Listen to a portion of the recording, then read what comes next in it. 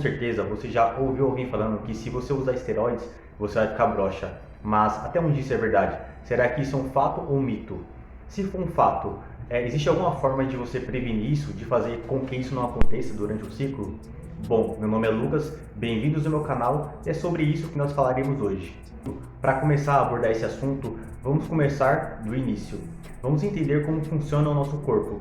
Aqui em cima existe um órgão chamado hipotálamo e também uma glândula chamada hipófise. Os dois juntos são responsáveis por controlar várias funções no nosso corpo, como por exemplo temperatura, apetite e a quantidade de testosterona, por exemplo. Utilizando essa última parte, a quantidade de testosterona funciona dessa forma. O hipotálamo libera um hormônio chamado GnRH. O GnRH vai estimular o hipotálamo a secretar dois hormônios, o LH, hormônio luteizante, e o FSH, hormônio folículo estimulante. O LH vai estimular no eixo HPT as células de Leydig, e as células de Leydig, por sua vez, vai fazer com que os nossos testículos fabriquem testosterona. Já o FSH vai estimular as células de Sertoli, e as células de Sertoli nos nossos testículos vai fazer com que eles produzam espermatozoide. Então, a hipófise controla a quantidade de testosterona e de espermatozoide. Quando você começa a fazer um ciclo com testosterona, por exemplo, os níveis de testosterona no corpo vai estar sempre alto. E se os níveis estão sempre altos, a nossa hipófise não secreta LH e FSH, porque os níveis de testo estão altos, certo? Com isso, a produção natural de testosterona nos testículos para de ser estimulada. Portanto, quando você está aplicando testosterona no seu corpo, a produção natural de testo acaba sendo cessada, ela para. E com isso, os nossos testículos atrofiam, eles diminuem, justamente porque a produção parou. Ele não está produzindo nem espermatozoide e nem testosterona. Só que durante o ciclo nós não percebemos essa pausa na produção de testo natural, porque justamente nós estamos injetando. A nossa libido ela é diretamente relacionada à quantidade de testosterona no nosso corpo, não apenas a quantidade de testosterona. A libido também está associada a questões psicológicas, emocionais, mas ela está muito ligada à quantidade de testosterona no nosso corpo. Quando a nossa testo está baixa, a nossa libido tende a cair. Quando a nossa testo está alta, a nossa libido tende a aumentar. Quando nós estamos aplicando testosterona, a quantidade de testo no nosso corpo vai lá em cima.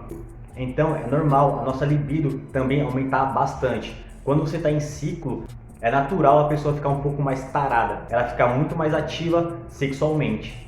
Mas, por outro lado, a nossa produção de espermatozoide também é zerada, porque o FSH também parou de ser excretado. Então, durante o ciclo, você fica infértil.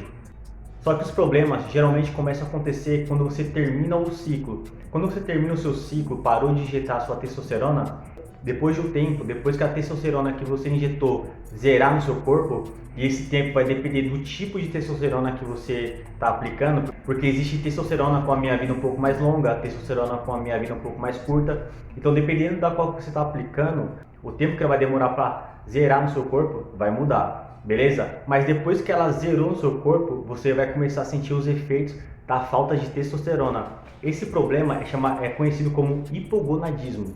O hipogonadismo nada mais é do que a incapacidade dos nossos testículos de produzir testosterona e espermatozoide. Quando você tem um nível de testosterona muito baixo no seu corpo ou nenhuma testosterona no seu corpo, você vai enfrentar vários problemas como desânimo, cansaço, falta de libido, estresse em excesso e até mesmo depressão. Normalmente, o nosso corpo volta a produzir testosterona naturalmente, testosterona e espermatozoide. Só que a produção natural pode demorar um tempo, justamente porque nossos testículos estão atrofiados. Esse tempo vai depender de alguns fatores, como por exemplo, a droga que você está usando, as combinações que você está fazendo, o tempo de uso e até fatores genéticos. Então, o tempo pode variar entre algumas semanas, alguns meses e até anos. Isso vai depender de todos os fatores que eu citei aqui. Existem casos que a produção natural não volta nunca mais, fazendo com que a pessoa fique dependente de remédios para o resto da vida. Mas existe algum medicamento que faça o nosso corpo a voltar a produzir testosterona naturalmente, mas de forma mais rápida? E sim, existe. Existe é um hormônio muito conhecido e muito utilizado por pessoas que fazem uso de esteroides anabolizantes, que é chamado de gonatrofina coriônica humana, ou famoso HCG. O HCG é um hormônio que consegue estimular os nossos testículos a produzir testosterona e espermatozoide de forma natural. Então, ele meio que vai fazer o seu testículo voltar a produzir no tranco.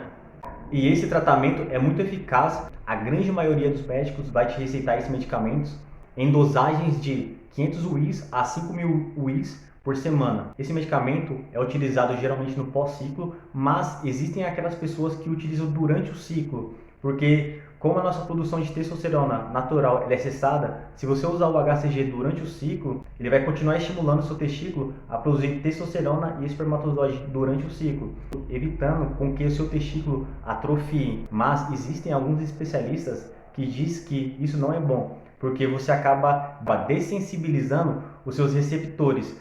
Daí, quando você precisar utilizar esse medicamento para fazer com que o seu corpo volte a produzir naturalmente a testosterona, como os seus receptores vão estar dessensibilizados, não vai funcionar, fazendo com que você parta para outros medicamentos, faça outros tratamentos, beleza? Então, pessoal, respondendo aquela pergunta do início, sim, os esteroides anabolizantes podem te deixar broxa.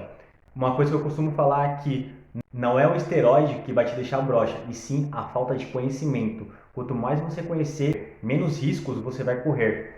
Aqui eu vou lançar uma outra pergunta. Será que é possível ficar broxa durante o ciclo? Bom, isso é uma pergunta que eu vou responder em outro vídeo. Se você não é inscrito no canal, se inscreva no canal para dar aquela fortalecida. Se gostou do conteúdo, dá aquele like para dar aquela fortalecida. Compartilhe esse vídeo com amigos ou amigas que têm interesse nesse tipo de assunto. Muito obrigado e até a próxima.